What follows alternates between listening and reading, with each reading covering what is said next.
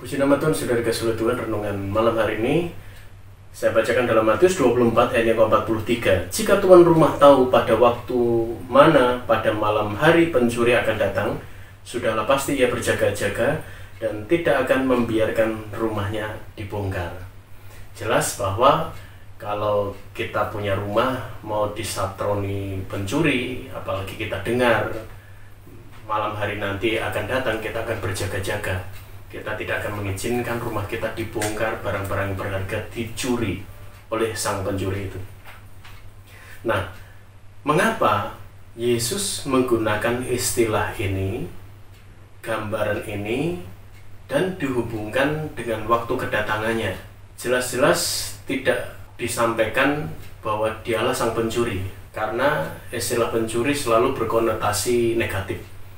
Tetapi Tuhan Yesus ingin membawa kita, para pendengarnya, para pembaca kebenaran firman-Nya, para murid yang ada pada waktu itu, orang-orang yang mendengar pengajarannya, memahami bahwa kedatangan Yesus itu situasinya, keadaannya seperti ketika pencuri datang di malam hari. Malam hari berbicara tentang akhir zaman, ya, penghujung zaman akhir.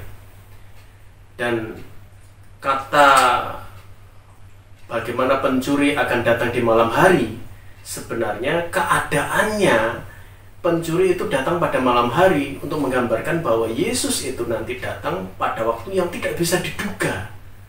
Tetapi yang jelas bahwa anak-anak Tuhan harus berjaga-jaga. Makanya di ayat yang ke-44, sebab itu hendaklah kamu juga siap sedia, karena anak manusia datang pada saat yang tidak kamu duga. Situasinya pada malam hari. Kita sekarang berada dalam situasi malam hari, zaman akhir, penghujung zaman. Dan situasi dunia semakin lama semakin gelap. Dan dalam keadaan seperti itu, Tuhan mau justru posisi kita malah bangun, berjaga, siap sedia. Tuhan tidak ingin kita tertidur, terlelap, terlena. Ya, banyak orang terlena, terlelap oleh situasi keadaan yang terjadi di akhir-akhir ini.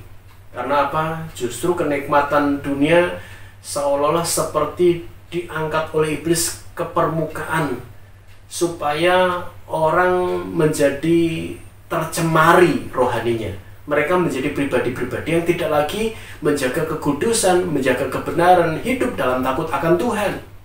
Bahkan kenikmatan dunia itu seolah disodorkan, dibawa juga ke atas permukaan. Nah, saudara, perlu bagi kita untuk waspada, berjaga. Ayat itu dikatakan, jika tuan rumah tahu pada waktu mana pada malam hari pencuri akan datang, sudahlah pasti ia berjaga. Tuhan ingin garis bawahi tentang situasi, tentang keadaan. Kalau tuan rumah tahu, dia pasti akan berjaga-jaga. Kita ini tahu enggak kalau Tuhan tidak lama lagi datang? Kita tahu melalui apa? Firman Allah. Bagaimana Tuhan memberikan tanda-tanda tentang kedatangannya yang kedua kali. Akan terjadi peristiwa-peristiwa yang mendahului.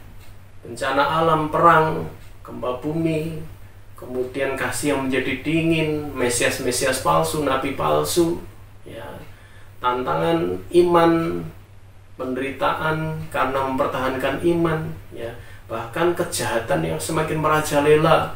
Keadaan dunia semakin rusak, semakin menjadi runyam.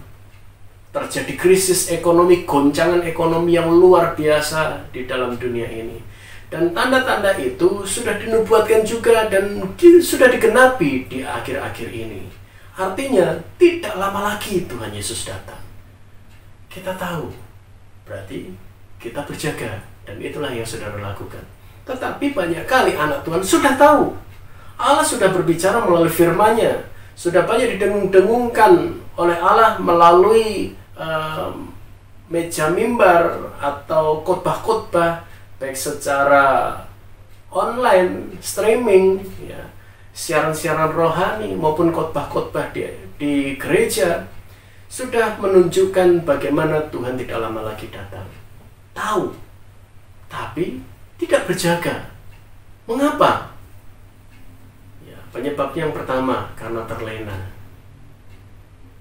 Yang kedua, karena merasa bahwa Tuhan masih lama kedatangannya. Walaupun tanda-tanda sudah semakin tergenapi. Tanda-tanda untuk menunjukkan kedatangannya sudah tidak lama lagi. Tetapi merasa santai. Hidup rohaninya dia tidak perjuangkan. Putus asa di tengah jalan ketika Allah izinkan sakit penyakit, masalah persoalan pergumulan, krisis terjadi, dan seolah-olah Allah tidak menolong di sana. Karena Allah ingin lewat situasi yang seperti itu, justru anak-anak Tuhan semakin berjuang, meyakini bahwa Tuhan pasti tolong. Dan untuk tetap bertahan di posisi seperti ini tidak mudah. Ketika mengalami sakit penyakit, tetap berkata, Tuhan Yesus, Engkau baik. Tidak mudah.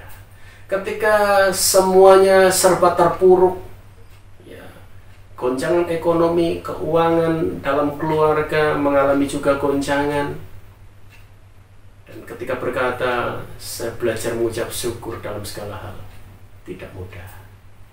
Tetapi ketahuilah saudara, ketika saudara tetap berjuang, tetap mempertahankannya, dan saudara berkata, saya bisa, saya pasti sanggup, karena Tuhan sumber kekuatanku. Saya pasti mampu. Tuhan melihat hati saudara. Tuhan melihat kesungguhan saudara. Tuhan melihat perjuangan saudara untuk mempertahankan iman. Untuk mempertahankan keyakinan bahwa Allah itu Allah yang baik. Allah tidak akan meninggalkan kehidupan kita. Dan ketika saudara lakukan itu, saudara tetap bertahan di tengah badai. Percayalah, hidup kita akan senantiasa berjalan dari satu mujizat kepada mujizat yang lain. Pribadi yang seperti ini yang dirindukan oleh Tuhan. Makanya di dalam Lukas 18 ayat yang ke-8 Tuhan sampai berkata seperti ini. Kalau nanti anak manusia itu datang, berbicara tentang kedatangan yang kedua kali, adakah yang mendapati iman di muka bumi ini? Artinya apa?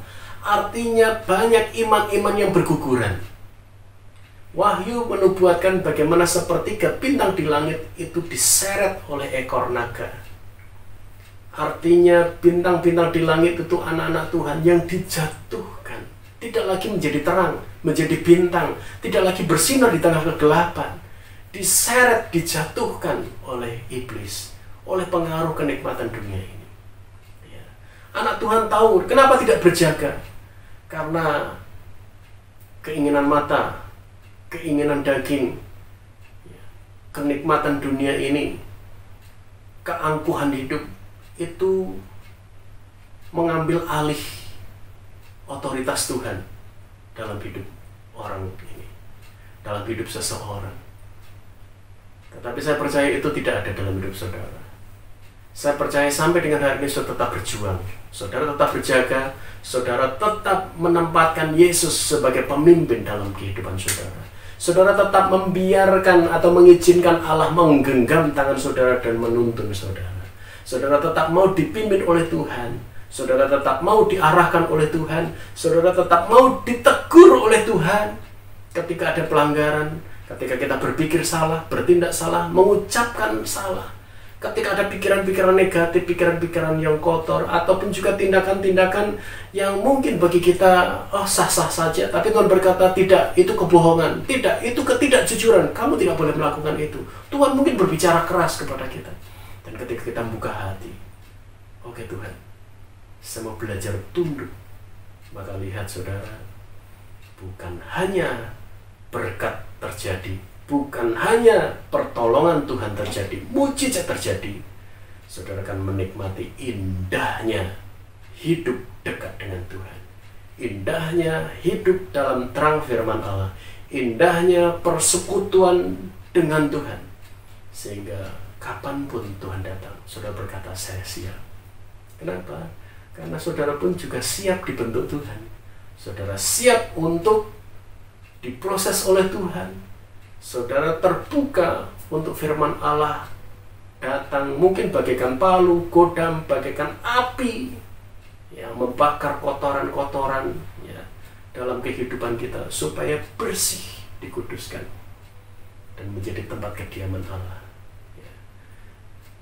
Hidup ini akan semakin menarik ketika saudara menempatkan Yesus di posisi yang sebenarnya di dalam hati kita, dan kita hanya berkata, Tuhan, kehendak-Mu saja yang jadi.